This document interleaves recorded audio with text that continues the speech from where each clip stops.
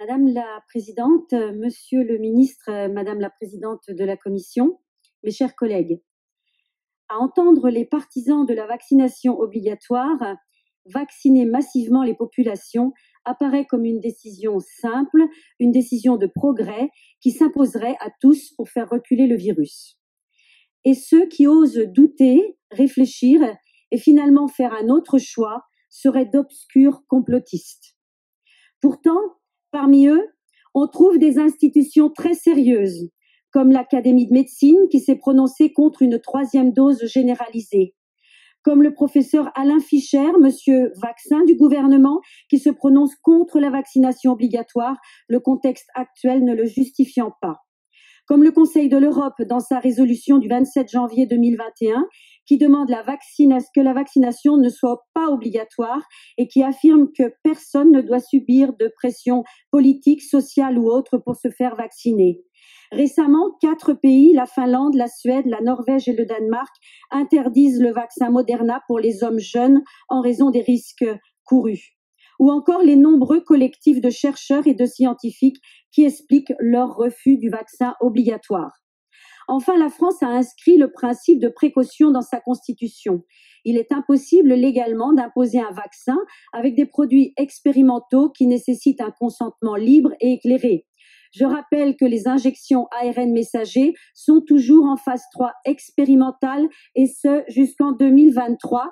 C'est une autorisation de mise sur le marché temporaire. Chers collègues, au-delà des institutions, nous sommes tous destinataires d'informations sourcées et de publications de qualité, d'études et de rapports français et internationaux. Dans les documents qui nous sont transmis, on nous alerte sur l'insuffisance des preuves concernant l'innocuité et l'efficacité des vaccins, sur la sécurité des injections, sur la transmission du virus ou encore sur les risques qui pèsent sur la vaccination des jeunes, des enfants, sur les sujets souffrant de pathologies graves ou sur les femmes enceintes. On nous alerte aussi sur les dégâts psychiques des injonctions sanitaires. Il n'y a donc pas de consensus scientifique autour de la vaccination obligatoire et de masse. Il y a des vues et des orientations divergentes de la part des professionnels de santé. Parmi elles, adapter la vaccination aux risques et renforcer le ciblage des populations fragiles. Réhabiliter l'immunité naturelle, dont des études récentes ont confirmé l'intensité, la globalité et la durabilité qui la rendent bien supérieure à celle des vaccins. Rendre aux médecins le droit de soigner à l'aide des traitements précoces reconnus. Ce sont eux qui connaissent le mieux l'état de santé de leurs patients. Mettre à disposition les données scientifiques et statistiques aux spécialistes de la pharmacovigilance, les universitaires, les virologues, les généticiens ou les immunologistes. Au vu de tous ces éléments, nous, parlementaires, chers collègues, quelle légitimité aurions-nous à rester sourds à d'autres arguments pour garantir la santé de nos citoyens? Comment pourrions-nous nous contenter d'une seule doctrine sur la situation? Quelle légitimité aurions-nous pour instaurer de manière autoritaire une vaccination obligatoire et une 3e dose alors que des médecins, des chercheurs, des soignants qui ont des compétences et l'expérience du virus doutent? Au point de renoncer, pour certains d'ailleurs, à exercer leur métier et de renoncer à leurs revenus.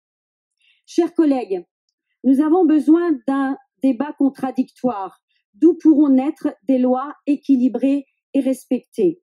Il nous faut ouvrir ce débat et le nourrir d'une information loyale, transparente et indépendante. Si le gouvernement est convaincu et sûr de lui sur tous ces sujets, alors ouvrons le dialogue. Nous ne sommes pas la chambre d'enregistrement du Conseil scientifique et aujourd'hui, il est de notre devoir, en tant qu'élus de la République représentant les Français, tous les Français, de restaurer le droit commun et les libertés publiques, car il y va de leur confiance. À cet instant où l'épidémie nous offre une accalmie, où le taux de vaccination de la population française a atteint des niveaux élevés, il est temps de renoncer à la vaccination obligatoire. Il est temps de renoncer à la 3e dose. Il est temps d'arrêter de supprimer des lits dans les hôpitaux. Bien au contraire, il est temps de faire un bilan et d'envisager de façon rationnelle la suite en sortant de la doctrine tout vaccinale. Plutôt que de gouverner par la peur et par le contrôle, il serait bon d'agir avec calme et raison. Vous l'aurez compris, mes chers collègues, je voterai contre cette proposition de loi. Merci. Très bien.